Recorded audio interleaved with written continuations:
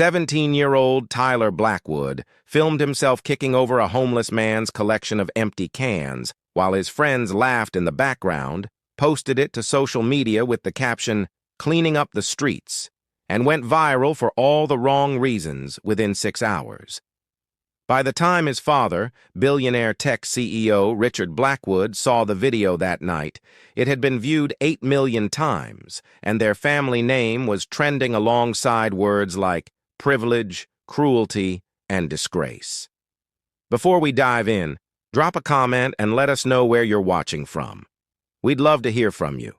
If you enjoy stories like this, be sure to like the video, subscribe, turn on the notification bell, and share it with someone who'd love it too. Richard sat in his home office watching the video on repeat. Each time he saw his son's face and heard that laugh, watched those cans scatter across the sidewalk while an elderly man scrambled to collect them, something inside him broke. This was his son, the boy he'd raised, the kid who had everything, and he'd become a monster. Richard picked up his phone, called Tyler's number. It went straight to voicemail. He called again. Same thing. He walked upstairs to Tyler's bedroom. The door was locked. He knocked. "Tyler, open this door right now. I'm busy. Open it or I'm taking it off the hinges." The lock clicked. Tyler opened the door wearing headphones and an expression of complete indifference. "What?" "We need to talk about the video." Tyler shrugged. "It's just a joke. People are too sensitive." "A joke? You destroyed a homeless man's belongings. That's not a joke. That's cruelty. They're just cans. He'll find more." Richard felt his hands clench into fists. He forced himself to breathe. "Pack a bag. You're leaving in the morning." "What? Where am I going?" "You'll find out tomorrow. 6 a.m. Be ready." Tyler laughed. "You can't be serious." "I've never been more serious in my life." The next morning, Richard drove Tyler to the poorest neighborhood in the city, stopped in front of a homeless shelter called Hope Harbor. Tyler looked at the building with growing horror. "Why are we here?" "Get out of the car." "Dad, this isn't funny." "I'm not laughing." "Get out." They walked inside together. The shelter director, a woman named Margaret Santos, was waiting for them. She shook Richard's hand, then looked at Tyler with an expression that made him want to disappear. "So this is him?" Margaret said. "This is him," Richard confirmed. "Wait, what's happening?" Tyler asked. Richard turned to his son. "You're going to spend the next 30 days living here, at this shelter. You'll sleep in the same beds as the people you mocked, eat the same food, follow the same rules. You'll work in the kitchen, clean the bathrooms, sort donations, and every single day you're going to help the people you think are beneath you." Tyler's face went pale. "You can't do this." "I can and I am. Your phone is gone. Your credit cards are canceled. Your car is sold. For the next month, you're going to learn what it's like to have nothing. This is insane. I'll just leave. Then you'll be cut off permanently. No college fund, no trust fund, no inheritance, nothing. Your choice." Tyler looked at his father like he was seeing a stranger. "You'd really do that?" "Try me." Margaret stepped forward. Tyler, your room is this way. Lights out at 10. Breakfast is at 6. You're assigned to kitchen duty starting tomorrow." Tyler followed her down the hall, looking back at his father with pure hatred in his eyes. Richard drove away, feeling sick to his stomach. But he didn't turn around. The first night, Tyler couldn't sleep. The bed was hard. The room was cold. Someone 2 beds over was snoring. Someone else was crying. He lay there staring at the ceiling, thinking about his actual bedroom, his king-sized bed, his video games, his private bathroom, everything he'd taken for granted his entire life. At 6 a.m., someone shook him awake. "Kitchen duty? Let's go." Tyler stumbled to the industrial kitchen where a man named Carlos showed him how to crack eggs for 200 people, how to flip pancakes on a griddle that was older than Tyler, and how to wash dishes in water so hot it burned his hands. "You're Richard Blackwood's kid," Carlos said. It wasn't a question. "Yeah. Saw your video. That was messed up." Tyler didn't respond. "The man you kicked those cans from. His name is Frank. He's been coming here for meals for 3 years." Tyler's hands stopped moving. "He comes here?" "Every day. You'll probably meet him." Tyler felt something cold settle in his stomach. 2 days later, during lunch service, Tyler was wiping down tables when an elderly man sat down with a tray of food. Tyler looked up and froze. It was him, the man from the video, Frank. Frank looked at Tyler for a long moment. Then he started eating like nothing had happened. Tyler couldn't move. He stood there holding a dirty rag, staring at this man whose life he'd made harder for a laugh and some views. You gonna clean that table or just stand there?" Margaret called from across the room. Tyler cleaned the table, kept his head down. When Frank finished eating, Tyler found himself following him outside. "Excuse me, sir?" Frank turned around. Up close, Tyler could see the lines on his face, the gray in his beard, the weariness in his eyes.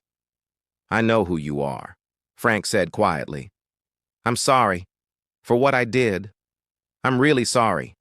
Frank studied him. "You sorry you did it? Or sorry you got caught?"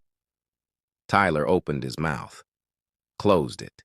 He didn't know the answer. "That's what I thought," Frank said, and walked away. That night, Tyler lay in bed thinking about Frank's question. Was he sorry? Really sorry? Or just sorry his life had blown up because of it? He didn't sleep much. The days blurred together. Tyler worked in the kitchen, cleaned bathrooms, sorted through donated clothes that smelled like mothballs and regret.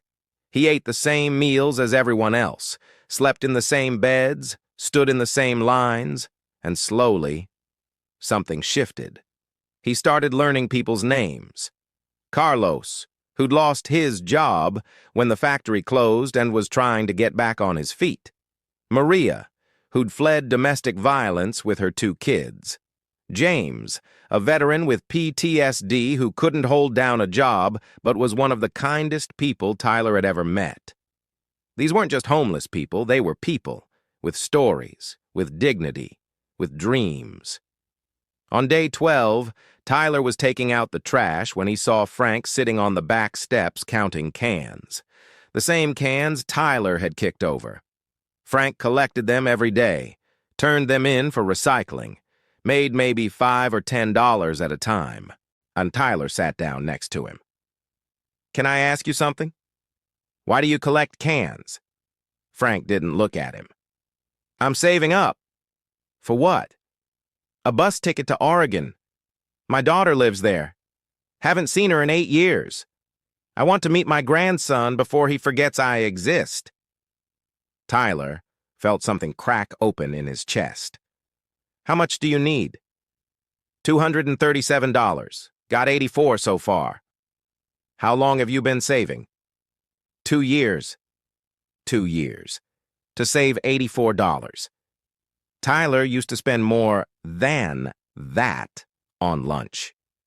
"Frank, I'm so sorry for what I did. Not because I got caught, because I hurt you. Because I treated you like you weren't a person. Because I was cruel for no reason except to make my friends laugh." Frank finally looked at him. "You mean that?"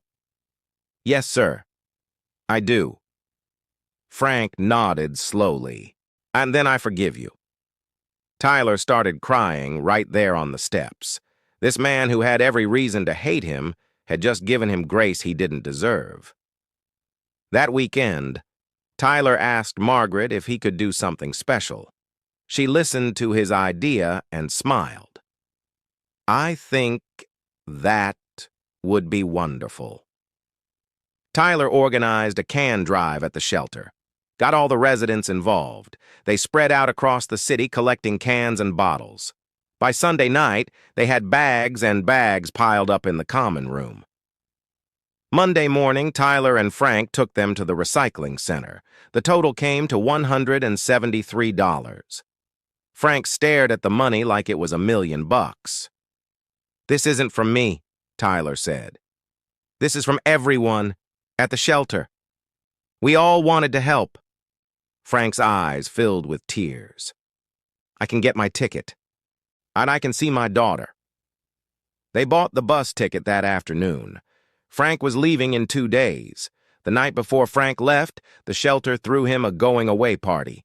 Nothing fancy, just cake from the grocery store and coffee. But Frank cried through the whole thing. When it was over, he pulled Tyler aside. "You're a good kid. You made a mistake, but you learned from it. That's what matters." "I don't feel like a good kid." "Good.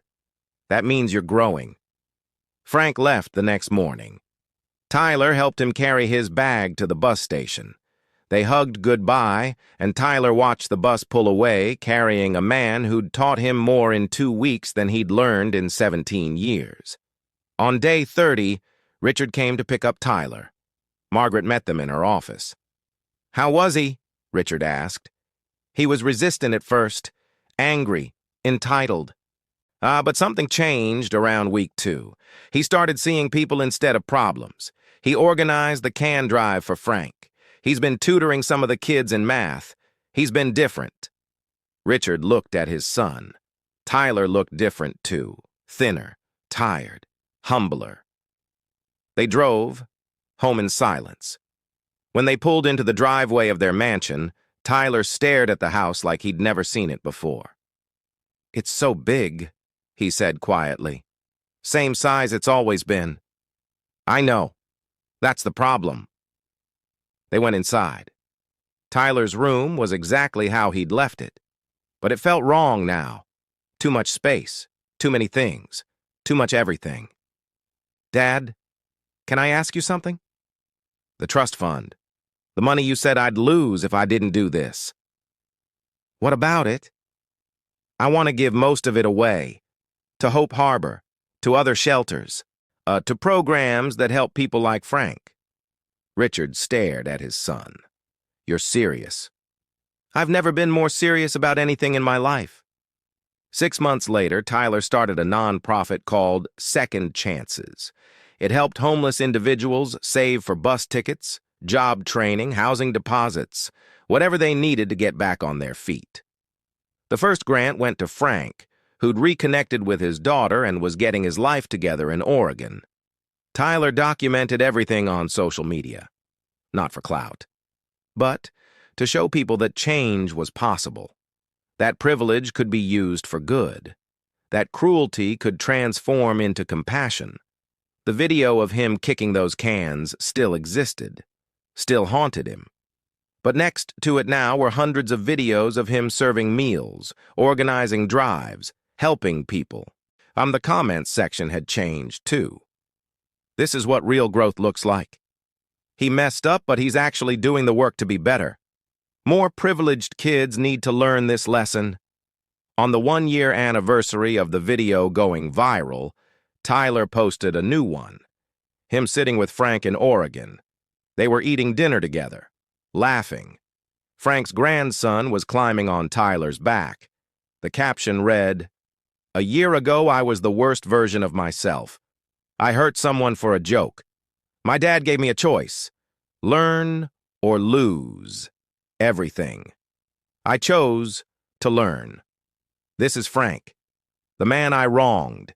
He forgave me when I didn't deserve it. He taught me that people aren't problems to mock, but humans to honor. I'm spending the rest of my life making sure I never forget that lesson. Thank you, Frank. And thank you, Dad, for loving me enough to let me fall so I could learn to stand." The video went viral, too. But this time for the right reasons. Richard watched it from his office and cried. Not because his son had become internet famous again, but because his son had become a good man. And that was worth more than any amount of money or views or validation. Tyler would never be proud of what he'd done that day, but he was learning to be proud of who he was becoming. And sometimes, that's the only redemption that matters. If this story touched you, please share it with someone who needs to remember that people can change, that consequences can lead to growth, and that compassion is always stronger than cruelty. We all make mistakes. What matters is what we do after. Thanks for being here, and we'll see you in the next one.